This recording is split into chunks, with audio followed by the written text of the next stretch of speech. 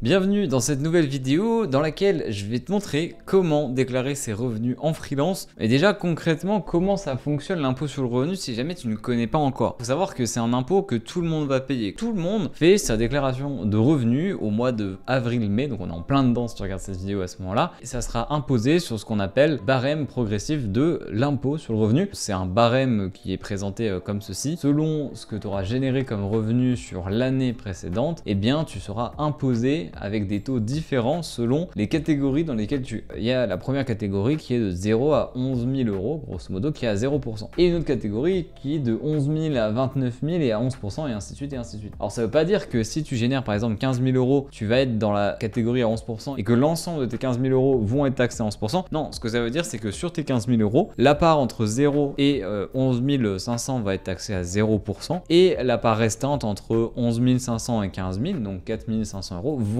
être taxés à 11%. Donc en fait, il n'y a qu'une petite partie de ces 15 000 qui vont être taxés à 11% et le reste à 0. Et en fait, c'est comme ça que fonctionne le barème progressif. Mais du coup, maintenant qu'on a parlé de ce fameux barème progressif, comment ça se passe réellement quand on déclare? Et on va le voir en fin de vidéo comment réellement déclarer, je vais te montrer. Sachant qu'il y a aussi le versement libératoire. Parlons-en rapidement. Le versement libératoire, qu'est-ce que c'est? C'est ce qu'on pourrait définir comme le prélèvement à la source des entrepreneurs. Au lieu de payer de l'imposition sur les revenus tous les ans avec l'imposition sur le revenu qu'on est en train de voir justement dans cette vidéo, tu vas en fait la payer un petit peu tous les mois comme ton URSSAF. Ce qui te permet en fait de payer un petit peu tous les mois au lieu de faire un gros paiement tous les ans. Évidemment, quand tu es au versement libératoire, tu payes en gros ton impôt tous les mois au lieu de le payer une fois par an, mais c'est pas pour autant qu'il va pas falloir déclarer tes revenus. Mais du coup, si t'es pas au versement libératoire et que tu préfères payer ton impôt une seule fois dans l'année, il y a ce qui s'appelle un abattement forfaitaire qui va venir se mettre en place, tu le vois juste ici. Et qu'est-ce que c'est cet abattement forfaitaire? Eh bien, c'est une enveloppe qui va être déduite de la somme totale que tu vas déclarer aux impôts, qui va prendre en compte les différents frais professionnels. Peut-être un peu flou ce que je te dis, mais en gros, si tu génères, on va dire 20 000 euros sur l'année en cours, ces 20 000 euros, tu vas devoir les déclarer sur ta fiche d'impôt sur les revenus. Mais petite subtilité, l'État ne va pas prendre en référence l'entièreté de ces 20 000 euros pour calculer ton imposition sur le barème qu'on a vu juste avant. En fait, ils vont se baser sur cette somme-là, moins un abattement. Par exemple, si tu es en BNC, ce qui est souvent le cas, si tu es monteur vidéo, graphiste, des métiers en fait de prestation de service, il y aura un abattement de 34%. Donc 34% de 20 000, ça fait grosso modo 6 000. C'est-à-dire que si on reprend ce barème, c'est pas tes 20 000 qui seront soumis à ce barème, mais c'était 16 000. Et au final, on revient à l'exemple que je disais en début de vidéo. Et donc, tu seras en grande partie dans la partie à 0% et une petite partie de tes revenus sera taxée à 11%. Donc ça, c'est super important de le savoir, surtout que tu le vois d'autant plus en fonction de si t'es big, BNC, eh bien, tu as un abattement différent. Cet abattement, en fait, qu'est-ce qu'il prend en compte et pourquoi il est là? Et bah déjà, il va prendre en compte le taux d'URSSAF parce que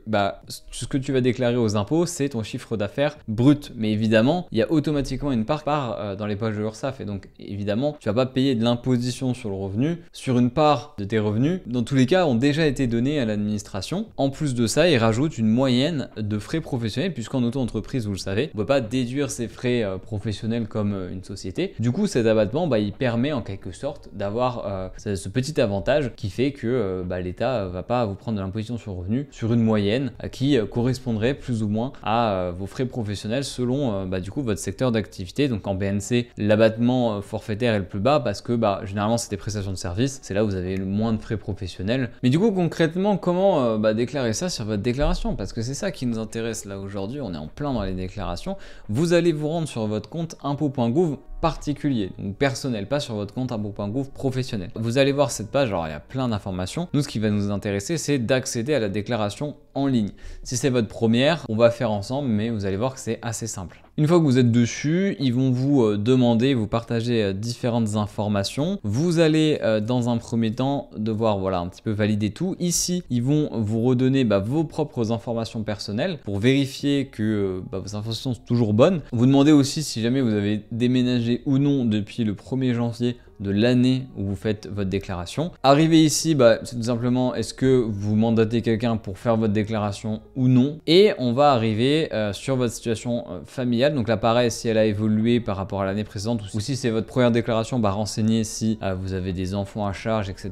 Donc pour ma part, j'en ai pas. Vous allez ensuite arriver sur la grosse partie de votre déclaration de revenus. Donc ça peut paraître assez fastidieux parce que vous voyez, il y a plein de cases à cocher et si je clique sur suivant, il y a vraiment plein de choses plein de cases qui viennent, etc. On comprend pas tout. Honnêtement, quand vous êtes freelance, vous avez très peu de cases à renseigner. Dans notre cas de figure, il y a deux types de parties qui vont nous intéresser. C'est cette partie ici, hein, vous le voyez, micro-entrepreneur, auto-entrepreneur, ayant opté pour le versement libératoire. Donc ça, voilà, c'est assez logique. Si tu as opté pour le versement libératoire, il faut cocher cette case. Maintenant, si tu n'as pas opté pour le versement libératoire, ce qu'il va falloir prendre en compte, c'est revenus non commerciaux professionnels. Et on va voir tout de suite qu'est-ce que ça permet de déverrouiller en appuyant sur suivant, puisqu'on va se rendre sur cette page-là. Là, tu as d'ailleurs une petite pop-up qui te réexplique que cette partie-là est dédiée aux auto-entrepreneurs qui ont opté pour le versement libératoire. Et donc, si c'est ton cas de figure, tu vas avoir deux cases que tu peux remplir, soit 5TA, soit 5TB, selon si c'est de la prestation de service ou de la vente de marchandises. Dans notre cas de figure, je crois que vous êtes généralement en prestation de service et donc vous allez pouvoir noter ici le chiffre d'affaires que vous avez réalisé sur l'année de votre déclaration de revenus. Ça, c'est pour le versement libératoire. Vous voyez que c'est très simple et encore une fois, vous n'allez pas payer plus d'impôts que ce que vous en avez déjà payé chaque mois. C'est juste pour